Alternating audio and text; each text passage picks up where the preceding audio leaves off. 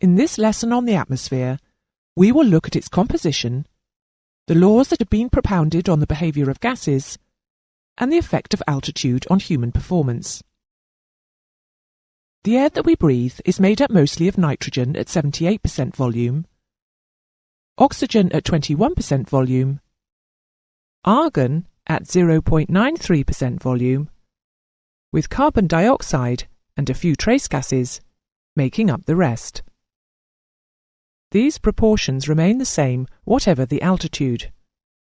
So, at 34,000 feet, the atmosphere will be far thinner, less dense, but its constituent components will still be in the same proportions as at sea level. At 8,000 feet, the atmospheric pressure is only 75% of that at sea level. At 18,000 feet, it is 50%.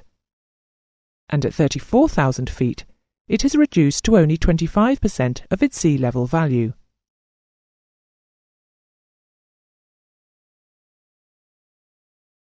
Water vapour, which is invisible until it condenses into clouds, mist or rain, is almost invariably present in the air, and the extent of its presence is defined as absolute humidity. That is, the weight of water vapour in grams per cubic metre of air. Of greater interest than absolute humidity is the relative humidity of air, which is the amount of water vapour present in a volume of air divided by the maximum amount of water vapour which that volume could hold, expressed as a percentage. As the air cools down, the capacity of the air to hold water vapour is reduced, and the relative amount of moisture in the parcel of air increases. In other words, as the air cools, its relative humidity increases. Because air temperature, pressure, density and humidity are constantly varying, an ICAO standard atmosphere, EASA, has been defined in order to provide a datum against which any atmospheric conditions can be measured. This standard assumes that at sea level around the world, the mean sea level pressure is 1013.25 hectopascals, or millibars. EASA further assumes a mean sea level density of 1225 grams per cubic metre, and a mean sea level temperature of 15 degrees centigrade. It is also assumed that temperature will fall or lapse at a rate of approximately 2 degrees centigrade per 1,000 feet, to minus 56.5 degrees centigrade at 36,090 feet, thereafter remaining constant. You may come across these ISA sea level pressure figures given in different measurements. For example, in the USA, pressure is given in inches, the ISA being 29.92 inches of mercury, which has the symbol Hg. This equates to 760 millimetres of mercury, or alternatively 14.7 pounds per square inch.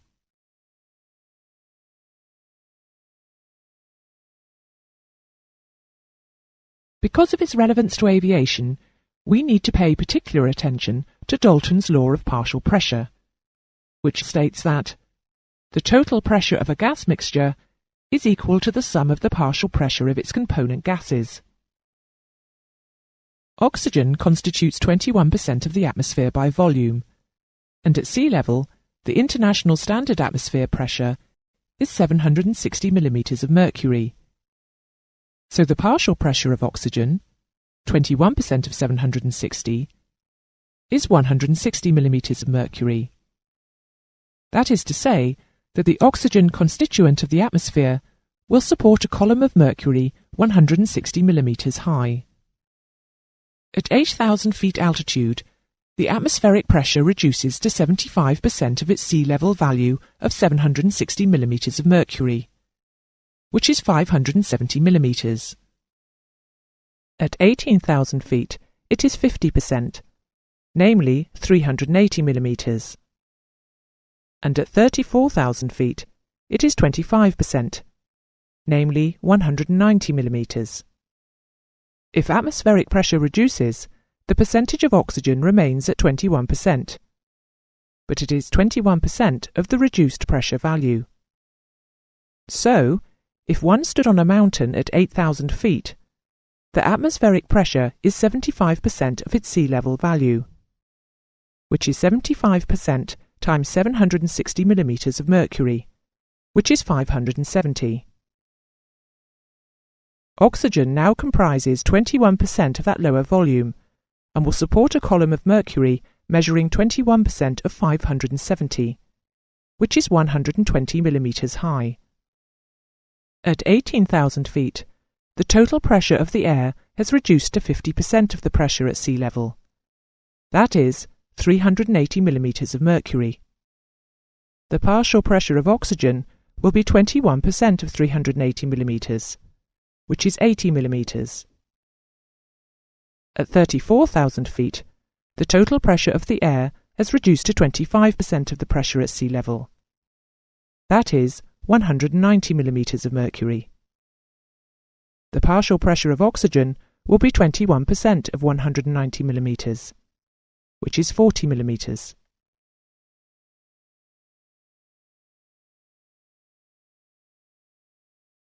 However, there is a further complication for the human body in that the partial pressure of oxygen within the lungs is only 14% of the total volume, not 21%, because in the lungs there are additional gases, namely 5.3% of carbon dioxide and 6.1% water vapour.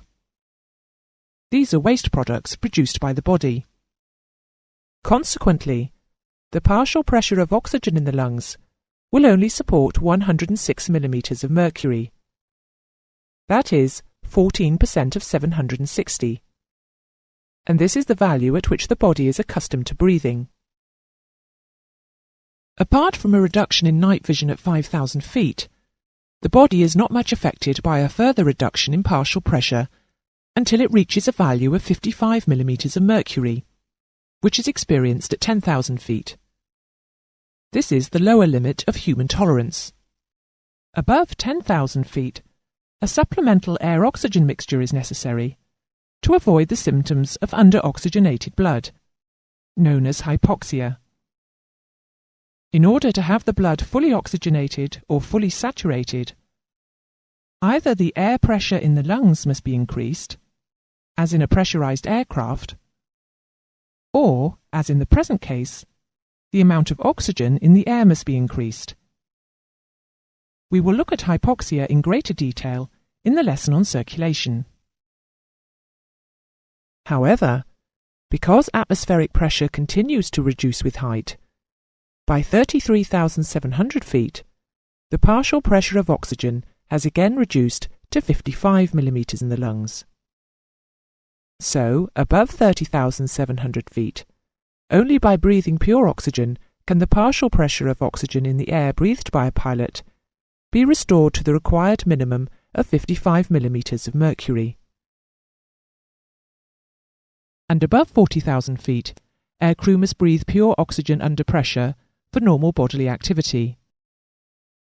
To overcome this reduction in pressure with altitude and its effects on the human body, passenger aircraft interiors are forcibly pressurized to a value equivalent to an altitude of 8,000 feet, which is an acceptable environment.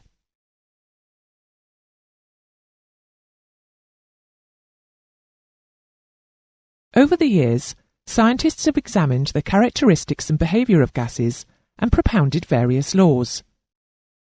Some of these are relevant to our studies, and we will look at them in turn.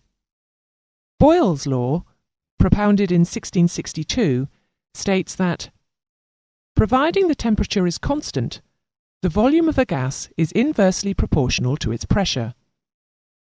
That is, the greater the pressure, the smaller the volume.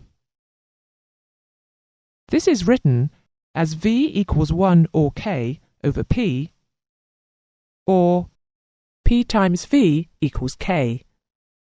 In this formula, P denotes the pressure of the system, V is the volume of the gas, and K is a constant value, representative of the pressure and volume of the system. Boyle's law is commonly used to predict the result of introducing a change in volume and pressure to the initial state of a fixed quantity of gas. That is, where temperature is constant. This is represented by the equation P1 times V1 equals P2 times V2. For example, if we give P1 a value of 4 and V1 a value of 5, then the total value is 20, and this is a constant. If P increases to 8, V must reduce to 2.5, as the total must remain at 20. Put another way, the greater the pressure to which a gas is subjected, the smaller becomes the volume occupied by the gas. Gas is compressible.